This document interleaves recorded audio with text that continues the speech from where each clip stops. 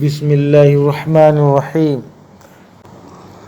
مسلمان کو عیش و آرام جنت میں ملے گا۔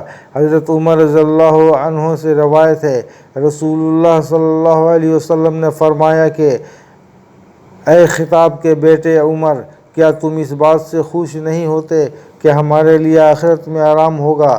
فائدہ: حضرت عمر رضی اللہ عنہ فرماتے ہیں، میں ایک روز حضور صلی اللہ علیہ وسلم کی خدمت میں حاضر ہوا تو آپ کھجور کے چٹائی پر لیٹے ہوئے تھے۔ کوئی کپڑا اس پر بچھا ہوا نہیں تھا اور چٹائی کے نشان آپ کی کمر مبارک پہ پڑ گئے تھے، اور سر کے نیچے چمڑے کا تکیہ تھا جس میں کھجور کے درخت کی چھال بھری ہوئی تھی۔ میں نے عرض کی، یا رسول اللہ، روم و فارس اور ایران کے بادشاہ خدا کی عبادت نہیں کرتے، کافر ہیں، لیکن خدا تعالیٰ نے ان کو مال و دولت اور عیش و آرام بہت کچھ دیا ہے۔ دعا فرمائیے کہ اللہ تعالیٰ آپ پہ اور آپ کی امت پہ یعنی مسلمانوں پہ رزق کشادہ کرے۔ تب آپ نے فرمایا، اے عمر، تم کس خیال میں ہو؟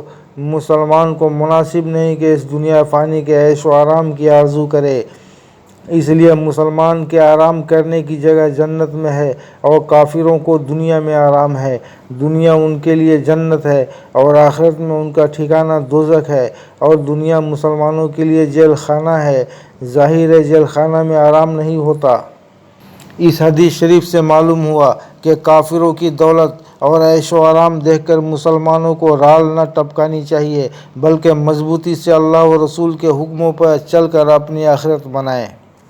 بعض مسلمان ایسے بھی ہیں جو کافر لوگوں کی خوشحالی اور مال و دولت دیکھ کر رال ٹپکاتے ہیں، اور اللہ تعالیٰ کافروں کے بارے میں یہ فرماتا ہے کہ اے مسلمان، تم کافروں کے مال اور اولاد حرص اور دھوکے میں نہ ڈالے۔ اللہ تعالیٰ نے ان کی دنیا کیوں کر بنا رکھی ہے؟ ان کی دنیا اچھی نہیں بنا رکھی، بلکہ اللہ تعالیٰ یہ چاہتا ہے کہ ان کافروں کو دنیا کی زندگی میں مال اور اولاد کی وجہ سے گرفتار عذاب ہی رکھے، اور یہ دنیا ہی کے مزوں میں رہ کر کفر ہی کی حالت میں مر جاویں۔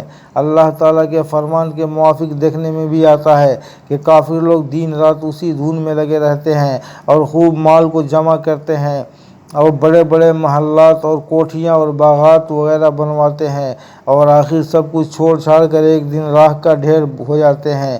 مسلمان کو سبق حاصل کرنا چاہیے۔